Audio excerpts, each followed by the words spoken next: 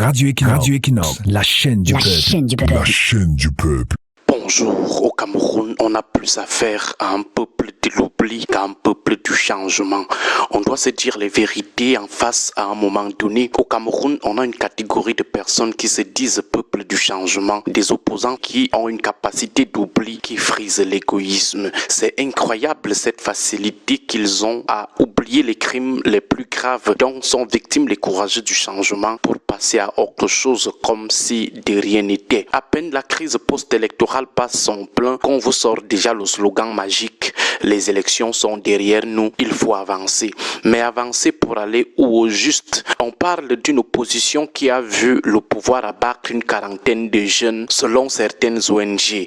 40 vies fauchées et même pas un mois plus tard, la tête de ceux qui disent combattre le régime de manière constante est déjà ailleurs. Plus d'hommages pour ceux qui ont sacrifié leur vie, plus d'exigences de justice, d'enquête ou de dédommagement pour les familles. On a tout effacé. Prenez le cas d'Anissé Kane. Sa mort était révoltante.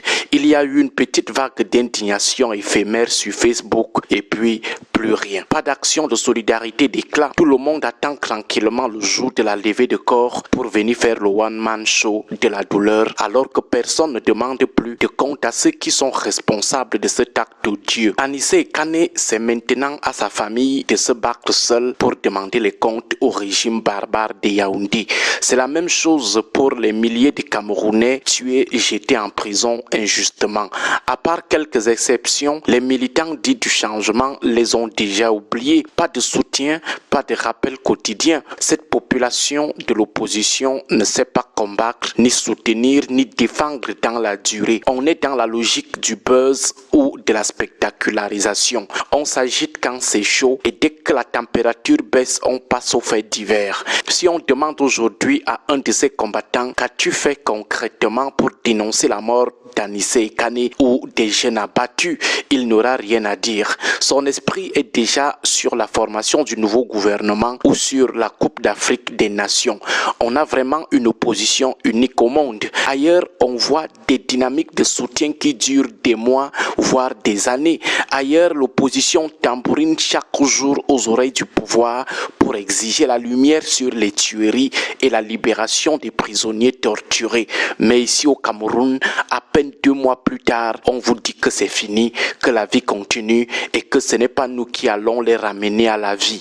Mais posez-vous une question: avec ce genre d'amnésie collective, qui va encore facilement prendre le risque de se faire tuer ou emprisonner pour une cause commune?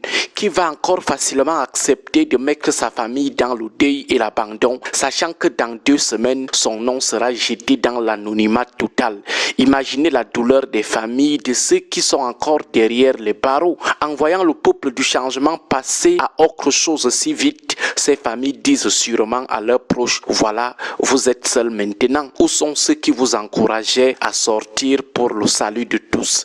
Cet oubli n'est pas qu'une question de mémoire courte, c'est aussi le signe d'un égoïsme profond. C'est cet égoïsme qui tue la lutte. Comment voulez-vous qu'un homme ou une femme courageuse accepte encore de monter au front aujourd'hui? Le message qu'on envoie au potentiel héros est clair: si tu tombes seul. Le gars qui hésite à sortir pour la cause commune finit par se dire: à quoi bon? Si je me fais tuer par le régime de Yaoundé ou si je finis dans un cachot, ces gens qui m'acclament aujourd'hui vont m'oublier. Avant même que mon corps ne refroidisse, ils vont me jeter dans l'anonymat pour aller commenter le prochain buzz ou le prochain match de football des Lions indomptables. Dans ce cas, les gens sont tentés de protéger désormais leur propre vie et celle de leurs proches. Pourquoi sacrifier l'avenir de ses enfants, laisser sa femme ou sa mère dans un deuil éternel et une précarité totale pour un peuple qui ne connaît pas la reconnaissance?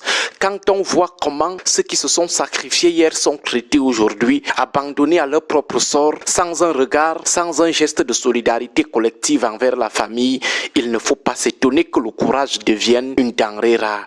L'opposition l'opposition, ce n'est pas un spectacle de quelques jours sur les réseaux sociaux. C'est un état d'esprit constant, permanent, surtout face à une dictature aussi brutale, aussi violente que celle de Yaoundé. C'est une solidarité infatigable envers les victimes. Soit vous êtes sincère dans cette lutte, soit vous arrêtez de faire croire aux gens qu'ils peuvent compter sur vous, parce que votre attitude actuelle, celle de l'oubli, vous poussez certains à prendre des risques pour ensuite les abandonner au milieu du chemin. Combattre un régime aussi violent et barbare que celui de Yaoundé, ce n'est pas du buzz, c'est une responsabilité constante ou permanente. Agréable journée à tous.